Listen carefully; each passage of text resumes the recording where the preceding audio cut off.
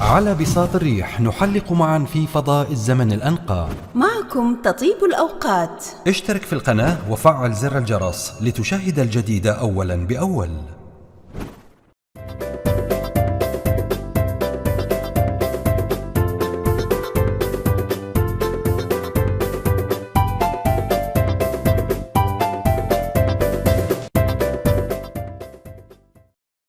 لا لا لا لا لا لا لا لا لا بيدي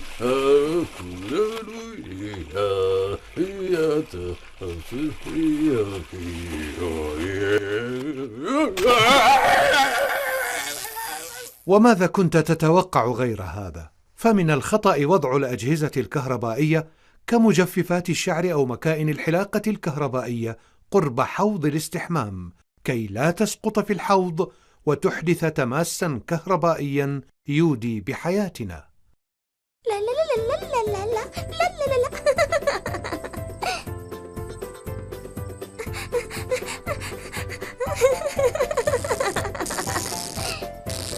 السلك الكهربائي المكشوط خطر ما بعده خطر.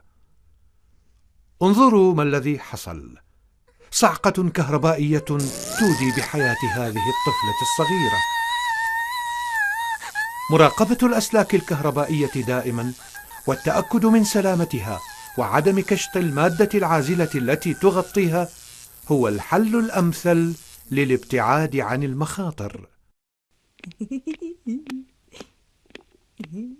قدر الإمكان علينا ألا نجعل أطفالنا يدخلون أشياء حادة وموصلة للكهرباء كالمسامير مثلا في نقاط الكهرباء المنتشرة في البيت. لماذا؟ تعالوا نرى ما الذي حدث.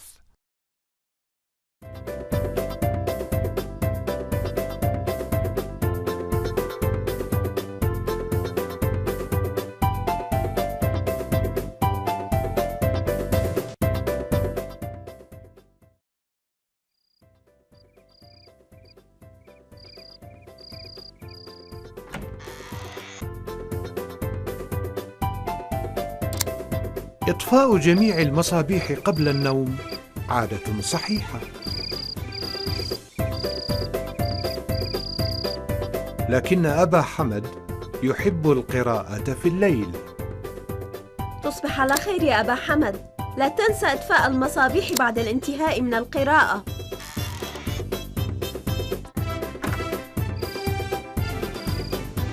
نتمنى أن لا ينسى السيجارة، فهو مشغول بالقراءة والدخان يتصاعد.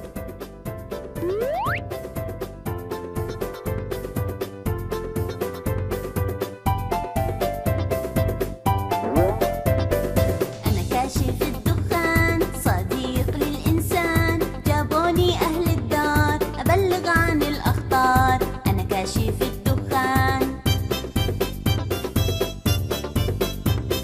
صوتي أنا صوتي يعني خطر قادم، أكشف لاهي بالنار واكشف أنا العادم. لا لا لا لا لا لا لا. أنا كاشف الدخان صديق للإنسان، جابوني أهل الدار أبلغ عن الأخطار. أنا كاشف الدخان. ارتاح يا نايم وتهنى بأحلامك، مادام أنا موجود أحقق آمالك.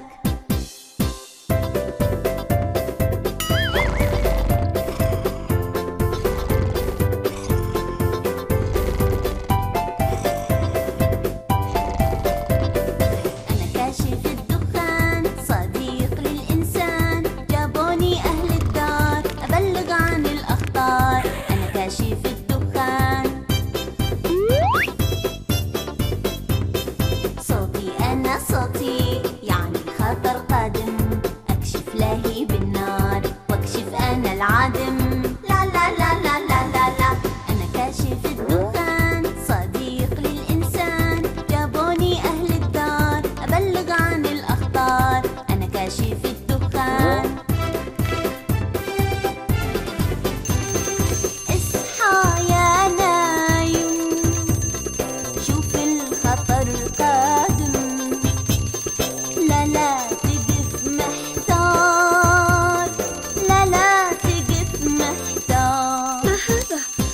جرس كاشف الدخان.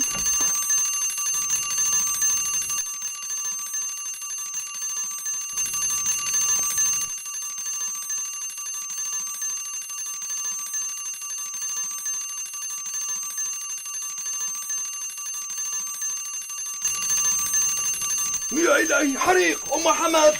أم حمد!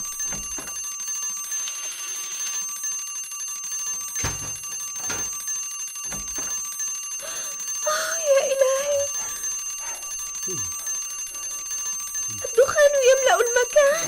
ما العمل؟ افتح الشبابيك وأخرج الأطفال من المنزل، واتصلي بالدفاع المدني 998.